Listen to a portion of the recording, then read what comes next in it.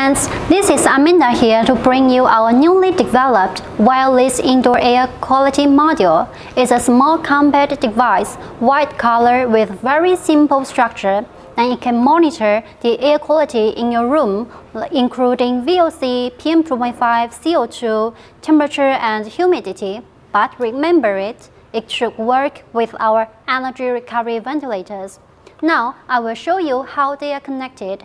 Firstly, connect the module with a micro USB cable to a portable power bank or an adapter. Then the red light goes on. The module will automatically connect to the controller. Then a wireless symbol will appear on the screen. After proper connection, use the controller or our smart app to monitor the air quality data if you have also connected the ERV with the app.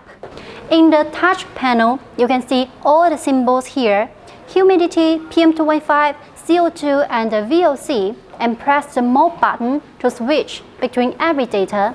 If you are interested to know more, welcome to send us an inquiry. Thank you.